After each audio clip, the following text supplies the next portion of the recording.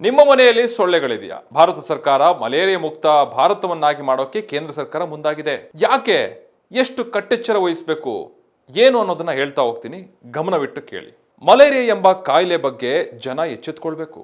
Malaria plasmodium ಎಂಬ ಪರಾವಲಂಬಿಯಿಂದ ಬರುವಂತಹ ರೋಗ ಇದಾಗಿದೆ.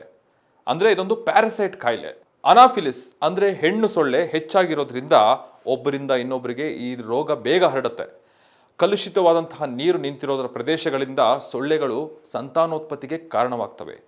ತೀವ್ರ ಜ್ವರ, ನಡುಕ, ಬೆವರೋದು, ತಲೆನೋವು, ವಾಂತಿ, ಮೈಕೈ ನೋವು ಇವೆಲ್ಲ ಈ ರೋಗಗಳ ಲಕ್ಷಣಗಳು. ಆಮೇಲೆ ಸಮಯಕ್ಕೆ ಸರಿಯಾಗಿ ಚಿಕಿತ್ಸೆ ತಗೊಳ್ಳದೇ ಇದ್ರೆ ಮೆದುಳು ಮೂತ್ರಪಿಂಡ ವೈಫಲ್ಯದಿಂದಾಗಿ ಪ್ರಾಣಕ್ಕೆ ಅಪಾಯವಾಗಬಹುದು.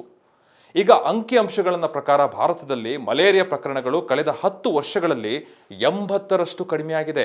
2015ರಲ್ಲಿ 11 ಲಕ್ಷ ಇದ್ದ ಪ್ರಕರಣಗಳು ಈಗ 2024ರಲ್ಲಿ 2 ಲಕ್ಷಕ್ಕೆ ಇಳಿದಿದೆ.